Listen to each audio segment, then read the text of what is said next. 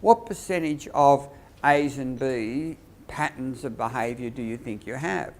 What proportion of kids really do know right from wrong when they're calm, an adult, and will respond, unless provoked, will respond and do the right thing? Now, what proportion are there in your class, do you reckon? Just think about that for a minute. Maybe you talk about that on your table. Just get a grip on that, because the staff you're dealing with won't believe you. I once gave a PD somewhere, and I think for most of the day, people just talked to each other. And I sort of sat back and I felt like strange, it's like when you're teaching, you're not teaching, But I feel sometimes like I shouldn't butt in, I should just let you talk, and that's the real learning. And so I'm sort of ambivalent about this, but I'm going to just take you to another issue. So we've done one issue, let's say, the impact of holding kids adult. How many kids have a working adult? How many kids, therefore, are being provoked out of that working adult by teachers who are just caught off guard or underprepared or need too much to connect to that kid, and when they won't, they get excited or hurt, or whatever the reason that makes people do those things. Everything from an edge in the voice. I'm going to actually ask you this. Decided next week I'm going to actually survey you, believe it or not, and then we'll discuss what you see on that thing. Just the edge in the voice, which it didn't mean. Anything that pushes a kid away can just tip the balance, right? Takes them out of their adult. So that's just one issue we need to think, I guess, a lot more about, and how we can avoid that. Yep. When a kid isn't cooperating in class, are they, you have to put them back into their adult by the behaviour in order to appeal to their adult so that they will cooperate? Usually, unless they've got the question is, do you have to actually get them, when they misbehave, are they in their child state, let's say? Yeah. Now, sometimes they're not, because they're talking about the football. And it's a really important conversation, and you're trying to teach them something they're not basically interested in, and they think for good reason. They can't see the relevance of it, and possibly they're right. And so they're doing a very sensible thing. They're talking about something much more significant to them, and so they may be basically, in a sense, almost in their adult, or sometimes no. Sometimes they're playing. Meaning that they are scared by the work, confused by the work. They're already moved out of their adult state because that anxiety or that confusion has upset them, and then they'll do something. And so even when you start to talk to them, they're probably not in their adult state. I don't know. It'd be a good piece of research to actually look at kids when they misbehave, and then just see if you can infer from the way they approach things. But I suppose it's how they respond also. So if you then approach them in their adult, you can't lose, of course, because either you will encourage them to go back into that adult state, and some people here have been discussing that. I wouldn't mind if you had actually shared that, because what you said was very interesting, because it's one of the special, moving into an extra is a very unpleasant experience, and people come into an extra actually a bit tense. You don't know the kids, you've got very little working relationship, so I was very interested in the conversation. And if you just repeat basically what you said. I had a extra on the Thursday. It was a class I'd never taught before. Their task consisted of a number of tests that they had to do, and it was over a 75-minute period. Had to be under test conditions for the whole time. Went in there thinking it was going to be 75 minutes of hell.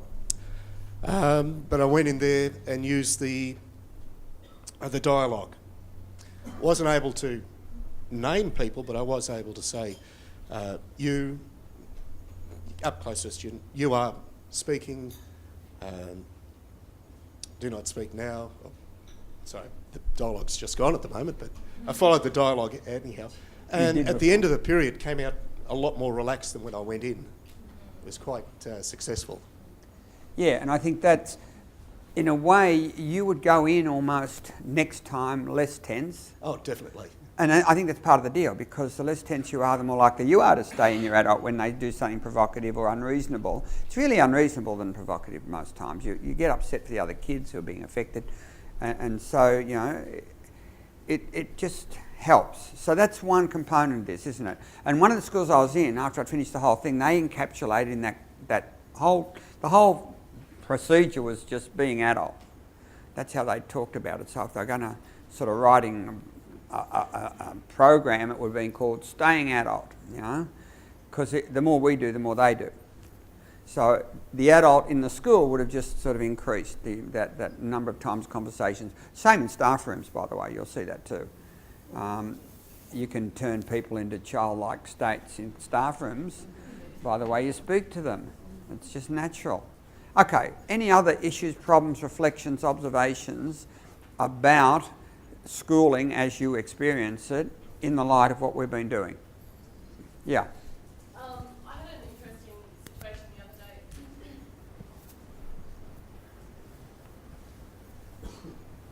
day. We have a new teacher, and I was teaching my maths class, and we heard this sound like there was a herd of elephants coming down the hallway, and when I looked across, it was my colleague who was, his class was really, really out of control. Like there was furniture sort of being, moved around, and there were kids on the floor, and I walked in, and it was really quite a dangerous situation. So I raised my voice, and he didn't really know what to do, and I got them all sitting down, and I came back at lunchtime, and it was one of those I'm keeping the whole class in, and I reasoned that nobody at all was recognising their communal responsibilities. And and we had a 15-minute discussion, and I don't know these kids either. I knew some of them, but not all of them. And a lot of the responses I got to the discussion that we were having were, but if other kids are allowed to tell us to be quiet, what else are they allowed to tell us? And they'll bully us and boss us around, and it's your job, miss, to keep us quiet, not our job. So I just wondered what your response was. Yeah, okay, that's good. And that's really what they've said to me in my interviews with them as I've gone around, especially in secondary schools, that they take no responsibility because it is your job. And technically they're right, aren't they, in the sense that particularly if you're operating out of legitimate power, you are totally responsible and they are totally not responsible, because they don't have any legitimate power in the management process. Prefects used to. They would have legitimate power because you'd divest some of your power onto them, and they would act as your sort of agent. But when you're changing it around, they don't understand it. So you would have to start with the rights in a really solid way, is my guess. And that brings me to another comment, that some kids in year level... Grade 2, grade 3 do not understand rights. Yeah, through the school. As you said, I said up to grade 5, 6. They really don't understand rights because at home they're not getting that kind of idea. And the question then becomes, will they ever understand it? And the answer to that is, who knows? But they need to. So I guess that becomes... Can I just clarify that? Yeah. I think that they just have a limited understanding of that what I think some people consider that we already had, and we're going forward to an idea that's a different concept, which is rights and responsibility, before we fully address that idea of them. Those sort of rules that we just consider that people have. When you say rules, whose rules? Well, I think it's just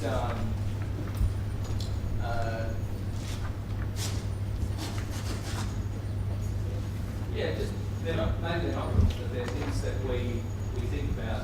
Take for granted, you mean, like... Where we are in place, how we interact with another person, that sort of thing.